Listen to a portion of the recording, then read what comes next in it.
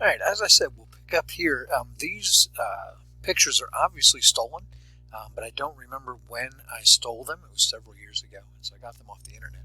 But what they depict is the result of bringing two atomic orbitals together, either destructively or constructively. And so if we bring them together destructively, we get what we refer to as the anti-bonding orbital and what we're going to refer to as ungerade.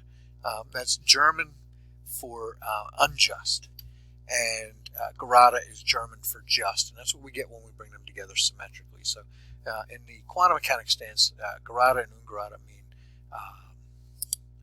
symmetric and asymmetric. So if we form sigma bonding orbitals, whether we form them with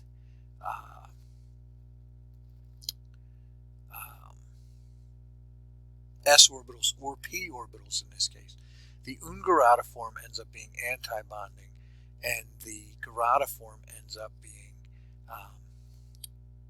a bonding orbital.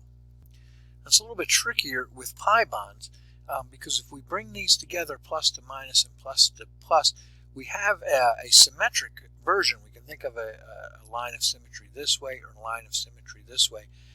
The way that we determine gerade versus ungerade is to think of this bonding axis. If we were to rotate everything 180 degrees, then this would be, this one would be plus up, this one would be plus down, but then rotate it 180 degrees again this way.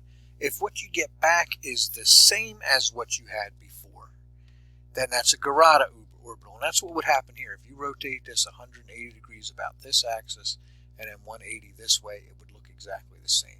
If you do that with this one, it would look exactly opposite, and we get ungerade. So for pi bonding orbitals, ungerade is the bonding orbitals. For anti-bonding, gerade orbitals. For pi orbitals, ungerade are bonding, gerade are anti-bonding, and it's the opposite for sigma orbitals. Now, the simplest molecule we could apply all of this math to isn't necessarily just the hydrogen molecule. We can simplify it a little bit further and think of the hydrogen 1 plus ion, H2 plus. If we do that, then our gerade orbital, our bonding orbital, would start out looking like this. We would have HAA plus HAB over 1 plus the overlap orbital. That was our definition of the orbital. And that would be the expectation value for the energy using that gerade orbital. And let's move me a little bit out of the way here to things you've seen already. And our Hamiltonian would look like this, but we can simplify it a little bit and just look at the electronic Hamiltonian, the Born-Oppenheimer Hamiltonian, and it would only have 3 terms. It would have the 1 electron, kinetic energy term, and then that electron attracted to nucleus A, and that electron attracted to nucleus B. So we'd have a little bit simpler Hamiltonian than we're used to for molecular systems.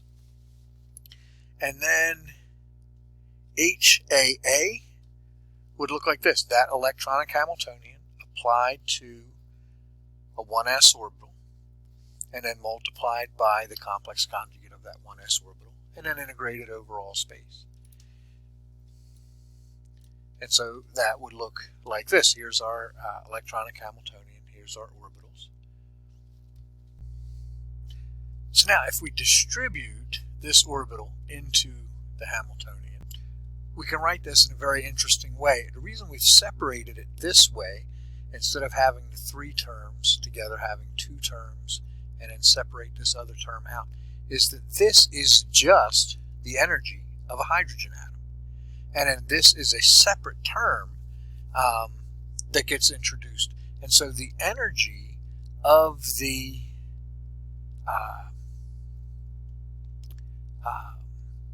HAA term that we're looking for is the energy of the hydrogen atom minus this term. And we'll go ahead and call this term J for right now. And J is an energy term that looks at the electron as a diffuse cloud around one particular atom as it is attracted to another approaching bare hydrogen nucleus. And so as this distance becomes larger and larger, this term becomes smaller and smaller, and we end up with just the energy of the hydrogen atom. Now, we have another term in our energy to solve for. It's this HAB term. And we'll solve for it in a very similar way. We go ahead and put the Hamiltonian into the equation. But this time, we're applying the Hamiltonian to the orbital on B. And then when we're done, we're going to multiply by the orbital on A. And so we go ahead and do the same mathematical trick that we did before, only this time, because we're looking at two orbitals instead of just one, we're not going to get just the energy, we're going to get the energy times the overlap integral. And then this term is a little bit more difficult to give a physical meaning to. We're just going to call it K right now. So it's a little bit more difficult to give a physical meaning to than J was. But we can refer to it as kind of a constructive interference term, if that helps for right now. J and K are both always positive. Analogous integrals are generated for multi-electron systems. We usually call J the Coulomb integral, and we call K the exchange integral. And so what we want to do is, now that we have HAB and HAA on the previous slide solved, we want to go ahead and put those into the Garada energy terms. So we have our HAA from 2 slides ago. We have our HAB from 1 slide ago. There they both are. And then so we can go ahead and put those into the Garada term. And then we've just got some algebra that we can do with that. It's all I've done at this point is move the J and the K out to the right, just reordered the terms a little bit. But if we do that, we notice we can factor out the E1s right here and end up with E1s times 1 plus the integral. And so if we separate this into 2 fractions, E1s times 1 plus the exchange integral over 1 plus the exchange integral, minus J minus K times 1 plus the exchange integral, we can factor out a negative sign from here and end up with this. And so the energy of the bonded, let me move me so you can see the title there, the energy of the bonded H2 molecule is going to be the energy of a hydrogen atom minus the Coulomb integral plus the exchange integral over 1 plus the overlap integral. And it's important to note that J and K and S are all always positive, and so we're going to be subtracting. We're going to get a lower energy in this case by making the bond than we would by breaking the bond. And so that tells us that what we're looking at is a stable molecule, something that would exist. The overlap is going to become larger as these 2 atoms are brought closer together, as the radius shrinks. And so we can take a look at what we've got on this slide is curves fit. Let's move me out of the way. Curves fit representing the total energy for the bonding and the anti-bonding orbitals for H2 positive. And so this is as a function of R, as a function of the distance between the 2 atoms. And so we see where the energy is lowest for the bonding orbital, and that gives us our bond distance.